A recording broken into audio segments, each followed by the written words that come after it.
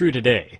However, if everything is working properly, you never see any of the frost, because of the invention of the defrost cycle.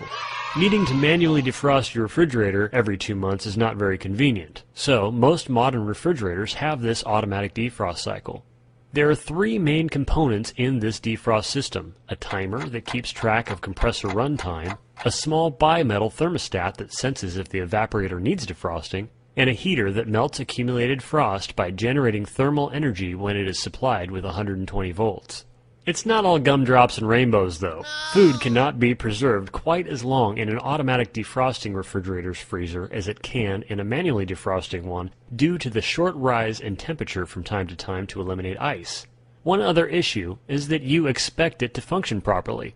In the days of manually defrosting refrigerators, people would understand that they needed to let their appliance melt down every now and then to work properly. But today, if this unseen automatic system fails and frost appears, or that cool glass of milk you just poured is suddenly room temperature, people freak out because they don't know what to do. Airflow is crucially important for your refrigerator freezer to work properly. All cold air is generated in the freezer compartment, and then it is circulated and forced into the refrigerator compartment by a freezer fan called the evaporator fan. Cold air from the freezer is forced into the refrigerator, and the slightly warmer air in the refrigerator is forced back into the freezer area to have the heat that it contains removed. If either of these air passages becomes blocked with frost, or the automatic temperature controlling duct door, called a diffuser, sticks closed, the refrigerator will not receive any cold air from the freezer. And even if the evaporator fan is blowing cold air directly into the refrigerator, if the air return is frozen closed, it's like blowing through a straw with your finger on the other side.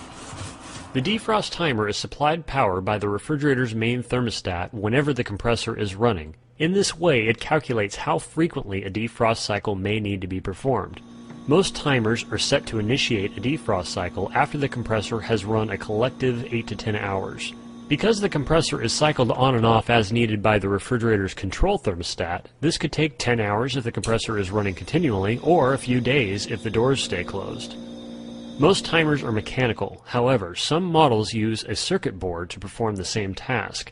A defrost cycle starts when the defrost timer sends electricity to a small thermostat attached to a cooling coil called the evaporator. For more information about how a refrigerator works, visit applianceassistant.com.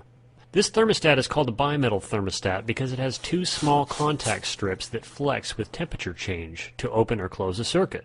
In this case, the bimetal thermostat closes, allowing electricity to flow through when it is cold. In this way, the refrigerator will not energize the defrost heater if there is no ice to melt. This thermostat is basically an automatic switch that is on when it is cold. If the thermostat is cold enough to be closed, electricity passes through it, allowing the heater to be energized. The heater temporarily becomes red hot, melting all the accumulated ice until the timer stops supplying power, or the bimetal thermostat warms up enough to open, breaking electrical flow. So now you know a little bit about how it works. Let's see what can go wrong in order of likelihood.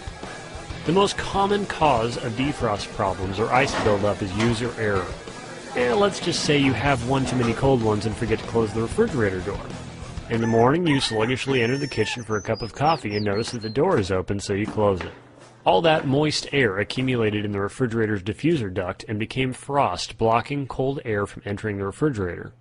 Later that day, you're thinking about a nice cool beverage, only to discover that the milk is warm and smells funny. You could call a repair service, but this scenario can usually be corrected by unplugging the appliance and allowing it to thaw out the old-fashioned way. The most common mechanical failure is the bimetal thermostat failing to close and allowing power to flow through to energize the heater. The thermostat can be checked for continuity when it is cold. If everything is frozen and the thermostat has infinite resistance, it needs to be replaced. Sometimes the defrost timer will fail to send electricity when it should. Mechanical timers can be manually advanced with a flathead screwdriver in the clockwise direction slowly until a click is heard. At this point, electricity should be sent through the heater to the thermostat. Some simple voltage tests can determine where the problem lies. The circuit board style of defrost timer is a little more complicated to trick into a defrost cycle, so I'm not going to explain that. But you can see me do it on this video. Doing it wrong will definitely destroy the timer even if it was fine before, and if you're not careful you can be electrocuted. The last and least likely to fail is the heater itself. To test the heater, unplug its contacts and do a resistance test. The defrost heater should have some resistance. However, an infinite resistance reading would mean that it needs to be replaced. The entire defrost circuit can be tested when the freezer is cold by checking for continuity from before the thermostat through the defrost heater. If the thermostat is closed, you should have a low resistance reading, and you can assume that the defrost timer is not sending electricity. I hope this video was helpful and saves you a bunch of money. For more information on using test equipment and appliance repair troubleshooting, visit applianceassistant.com. Thanks for watching.